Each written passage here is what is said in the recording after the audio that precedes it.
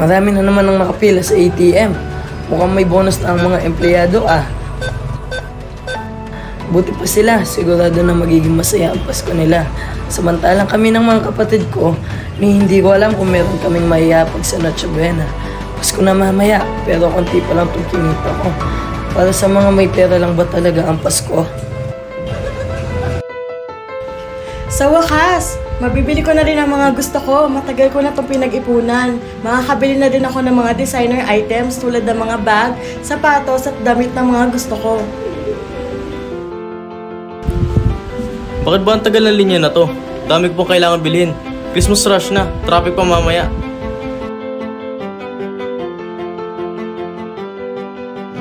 Ma'am, baka po pwede kayong bumili ng pastillas. Panganda lang po namin sa Noche Buena namin mamaya. Huwag kang nandidikit sa akin. Hindi mo ba nakikita yung katawan mo at saka mga damit mo? Ang dumi-dumi, baka madumi may designer bag ko. Hindi ko kailangan yan. Umalis ka na dito. Sir, baka gusto niyong bumili ng pastillas. Pwede niyo po regalo sa pamilya ko kaibigan niyo. Gusto nga. Ma'am, bili na po kayo ng pastillas. Panganda lang po namin sa Noche Buena. Magkano ang candy mo, bata? 50 pesos per pack po, ma'am. O sige, bigyan mo akong tatlo. Ito po. Nga pala, mamaya may Sunday service church ka na. Gusto mo ba sumama? Sige po, gusto ko po. Sige. Ayos. Ito, may lumang invitation. Pamigay mo rin sa iba, para magkaroon tayo ng masaganang Pasko. Sige po, bibigyan ko din po ang iba.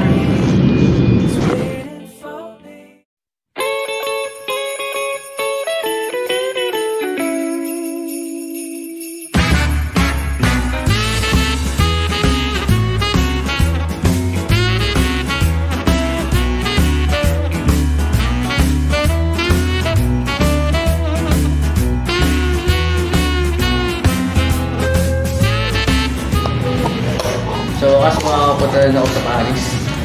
Wow, social. Ako, full salon day. New Year, new look. Simple lang ako. Basta may Shanghai rolls sa park, okay na ako. I just want a nice Christmas dinner with my family. Ang baba mo naman. Don't you enjoy Christmas? Masaya na akong kasama yung pamilya ko. Hindi rin naman ganun kalaking kita ko gaya niyo.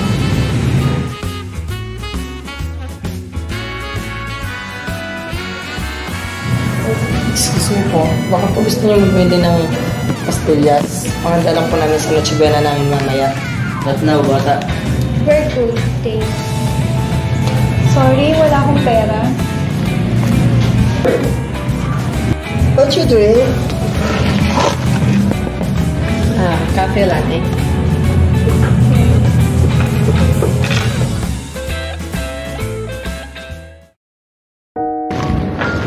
Ate, pagod ka na. Ito po para sa inyo.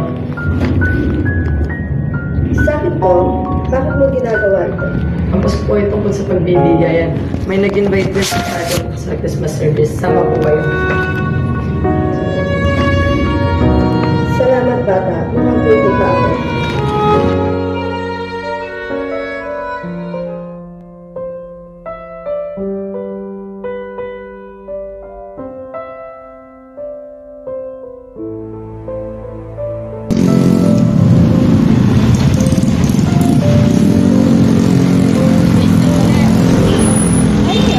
May Christmas service po mamaya.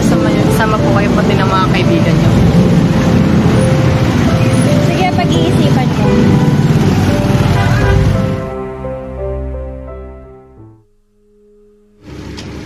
I'm so tired of all the shopping. Pero masaya ako kasi nabili ko lahat ng mga designer items na gusto ko. Ayun po, ang dami nito. So masaya ko. Mahinga mo na ako. Tingnan ko kung anong ginagawa ng mga tao this Christmas season.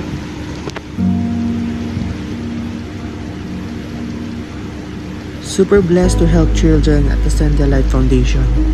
The best talaga ang Pasko kapag nakakatulong ka sa iba. To God be the glory. Family is life.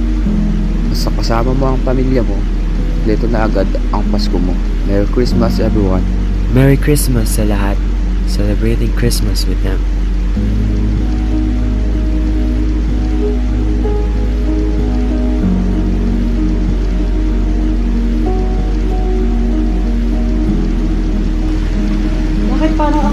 ba? Kahit wala sila ng mga bagay na meron ako.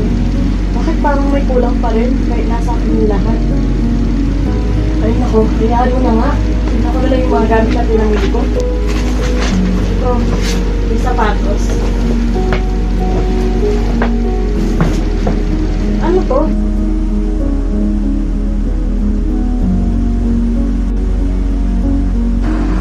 The True Gift? Christmas service? Saan to? Hindi ko naman alam na nilagay ko dito ah. Punta kaya?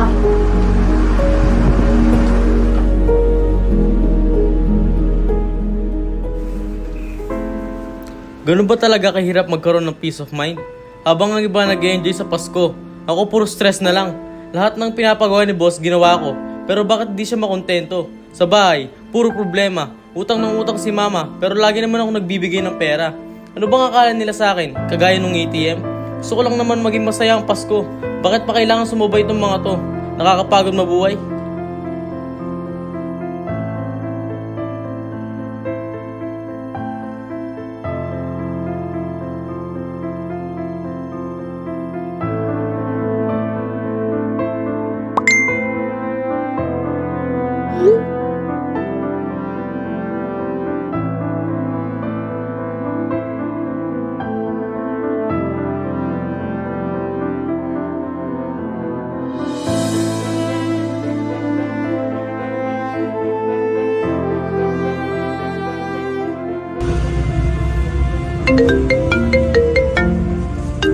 Hello, ma.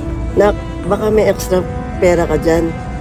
Sinisingil na ako ng tita mo para sa Noche Buena nila. Sige. Salamat.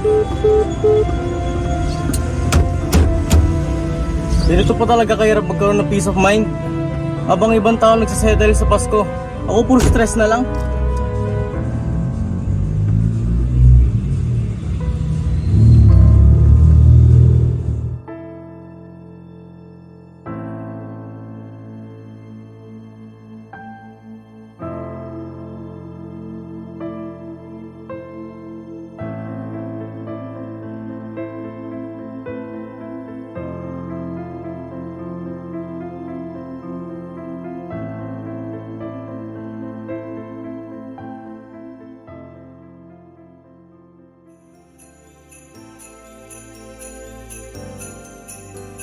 Iyan, may nag-invite sa atin sa church. Christmas service daw nila mamaya.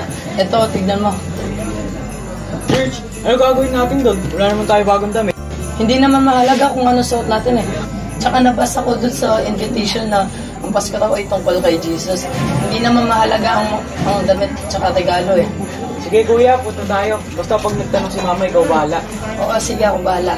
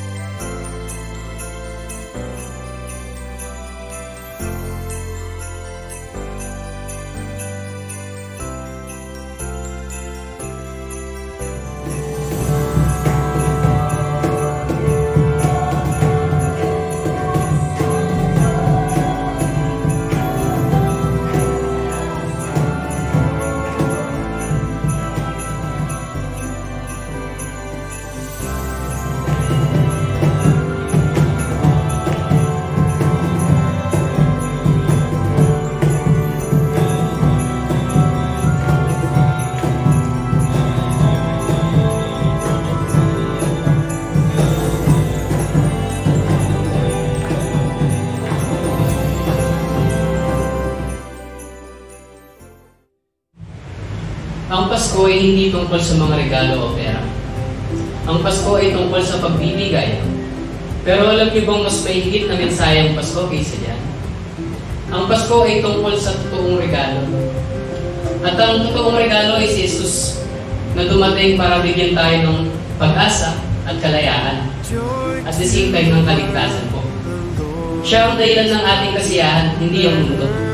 Christmas isn't about what under the tree in our wallets.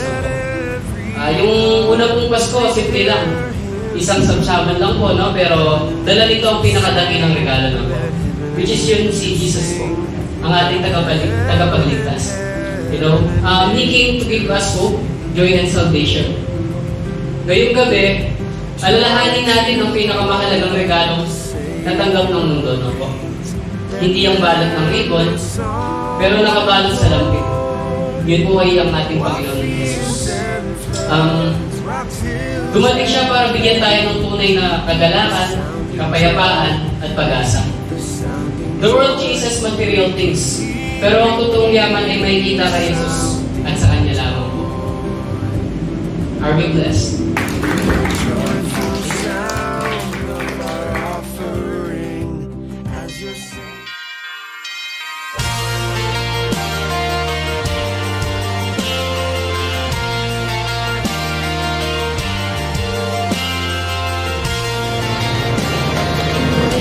Nakapagili ang Pasko, hindi pala sapat sa namin ng handa o regalo. Salamat dahil pinaalala mo sa akin na ang Pasko ay pagbibigay.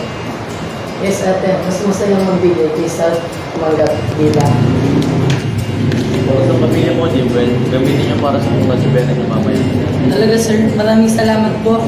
Ito pa nga nagturo sa akin kung ang tunay na Pasko. Ito ay pagbibigay, hindi pagtanggap. Hey kid, Jimal, right? Yes, po. I'd like to buy some of your candies. Napaisip kasi ako sa sinabi ng pastor kanina na I've been chasing all the wrong things all along. Bibili ko to ng doble. Pasensya talaga sa nagawa ko kanina. Salamat. Thank you po.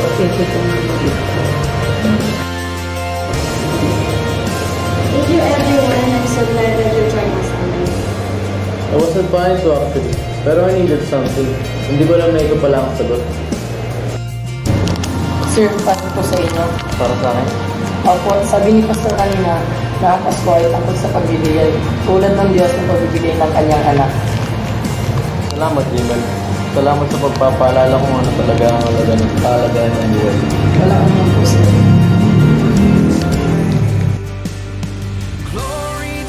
Christmas is the story of God's love for us, wrapped in humility and grace. It's not about what we receive but what we can do, just as God gave His Son for us. True joy comes from sharing that love with others, because Christmas is about Christ, the true gift. May we carry the love not just today but every day. For unto us a child is born, and His name is Jesus, the greatest gift of all. Guys, picture tayo! 1, 2, 3. Smile. Isa pa. 1, 2, 3. And my heart resounds with the praise. And like a shepherd so scared, I'll rejoice and declare.